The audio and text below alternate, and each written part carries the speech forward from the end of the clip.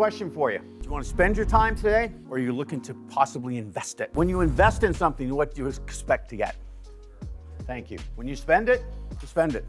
That really changed my mindset around, I have 9 grandkids, 13 years old and younger, all 9 of them. Keep me busy. I don't think we're hitting double digits. I think we're done at 9. But I've changed my mindset around every time I spend time with them, I'm investing time with my grandkids. I'm not spending time with them, I'm investing time with them. And I think it's just a nice mindset shift. I'd love to have you invest your time today so that you get a return and get something out of it. How many of you in here have ever had a day where you worked 10, 12, 14 hours and went, what a day? Yeah, no? Glad to hear that.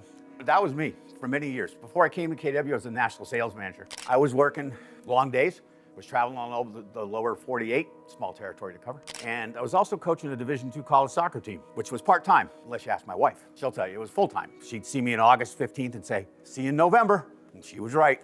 And then I'd be on recruiting, I'd be this, and I'd be traveling and working. So I was working some long hours. In doing that, what I didn't realize at the time was I was sacrificing my relationship with my wife. As sweet as she was, she didn't like it.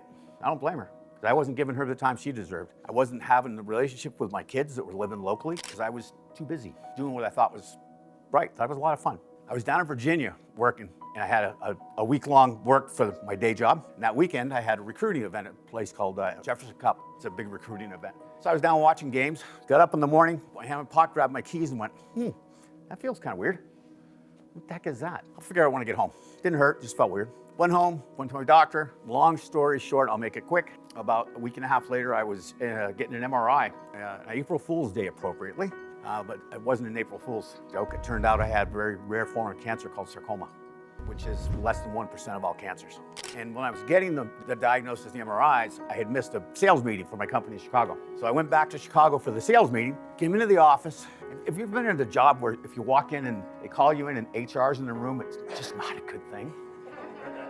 Well, that's what happened to me. I walked in and HR's in the room, president, vice president, my boss. Okay, had no idea.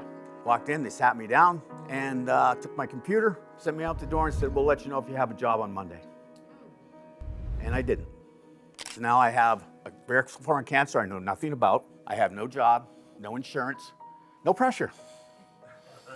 Probably the most stressful time of my life. And they let me go on Monday. They say it wasn't about the cancer. We'll never know. So it's like, okay, now what do I do? Fast forward, that was in April. I had radiation treatment, went to surgery in July, 7 hours of surgery. Thankfully, my doctor is a guy who teaches sarcoma surgery at Harvard Medical. He's pretty good. He's pretty good. He never smiled at us until he came out of the operating room, walked over to my wife and said, we got it all. Unfortunately, that was the start of a journey for me. I'm 10 years in on my journey and I'm on my 4th cancer. But we keep fighting. So Terry and I unfortunately, we have a lot in common down that road. So we talk quite a bit. But one thing it's done for me is it's changed perspective. The other thing that really changed perspective was coming to KW. And I got exposed to this book, The One Thing. And I read it in 2018. And I went, God, the one thing. I'm good.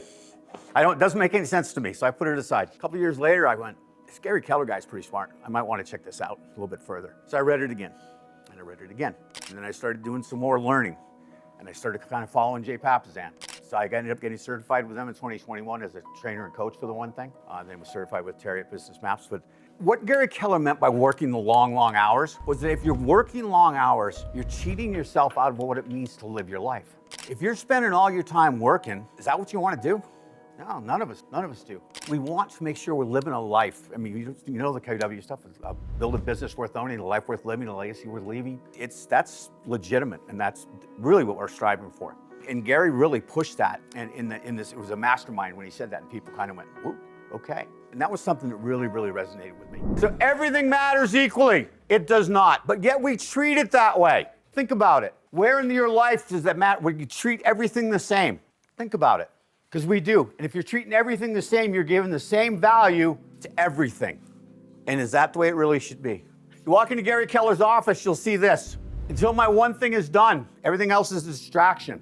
I'll share a quick story about Gary. I was at Quantum Leap in Austin, which is a youth program. I'm not going to get into details on that. It's a fantastic program. I'm an instructor for Quantum Leap as well. And Gary was running the class. So I got to sit from here to Chrissy from Gary Keller, which is pretty cool. And one thing he shared was when he's doing his one thing, when he's focused, whether it's writing, whatever it is, when he's doing his one thing, number one, you can't get to him. We'll talk about that later. And number two, he is, well, I'm a New England guy, Tom Brady would say, laser focused. He is dialed in. When he's not, and he's done with his work, he's at the water cooler. He might be talking about the latest Netflix movie. He's no different than any of us. And he said that in Quantum Leap. He said, everybody thinks I'm a structured individual that is just boom, boom, boom, boom, boom. He said, farthest thing from the truth. So you don't have to be, but you have to be focused when it matters. The stuff you're working on that's the most important. Does that make sense? This is my favorite quote from the book, and I highly recommend writing it down. I want you to take a minute and think about this quote. People do not decide their futures. They decide their habits, and their habits decide their futures. Think about that for a minute. If you've got bad habits, is that going to impact your future? Hell yeah. If you're good habits, it's also going to impact your future in a good way. Time blocking. So Gary Keller tells us, and Gary's a pretty smart guy, first thing you want to time block is your time off. Why would that be? Because if you don't in this business, and you guys are all realtors, and I am too, you know this, if you do not block your time off and you get into a busy streak, baby, you don't want to stop. And what happens when you don't stop?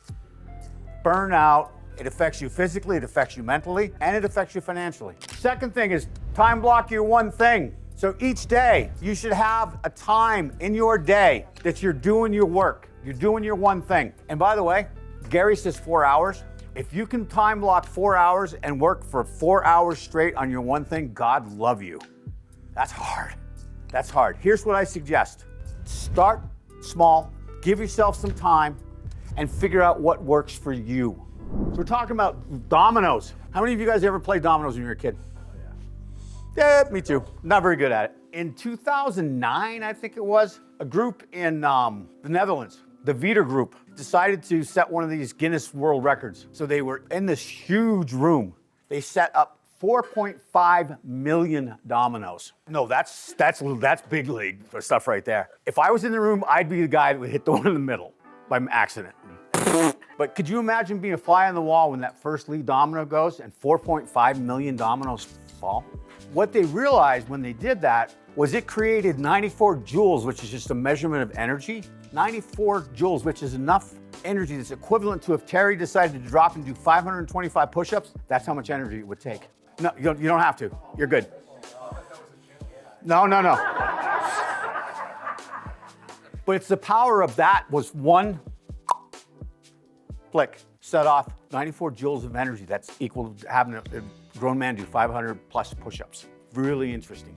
I'd love to be a fly on the wall to watch that happen. Another little interesting fact, a guy named Lauren Whitehead in the American Journal of Physics did some discovering, and he found out that domino that's 2 inches tall can knock over another domino that's 50% bigger. And that was right down the line. So 50% bigger, domino can knock one after the other. They had some fun in the one thing and created this graphic. If that's the case, based on that geometry, you got a 2-inch domino here. By the time you get to the 18th domino, you have the Leaning Tower of Pisa, which is really leaning. I've seen it. You're not going to run and hit it with a shoulder pad and knock it over. Trust me, it won't happen. Then 23rd domino, the Eiffel Tower, not the one in Vegas, the real one in Paris. The 31st domino would be 3,000 feet taller than Everest. By the time you got to the 57th domino, it's almost up to a distance up to the moon.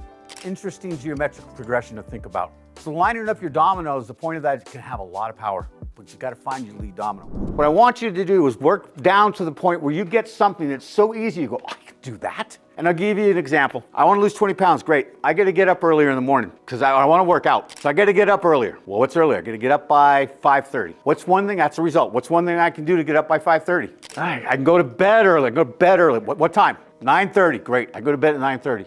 What's one thing I can do to go to bed at 9:30? I can shut the TV off at 9:15.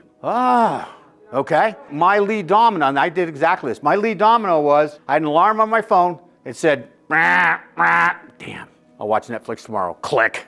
TV goes off, and I go to bed by 9:30. And guess what? I was up by 5:30. And if I'm up by 5:30, hell, I might as well go to my basement and work out. If I'm in my basement, I might as well do what I need to do. So my lead domino was setting that alarm to get me to go to bed on time. Because if I stayed up till 10:15, I'm not getting up at 5:30. Not going to happen. Makes sense. That's just one example. So what I want you to do is figure out what is the lead domino that you're going to get to, that you look, when you say it, you're going to go, God, that's so easy. I can do that.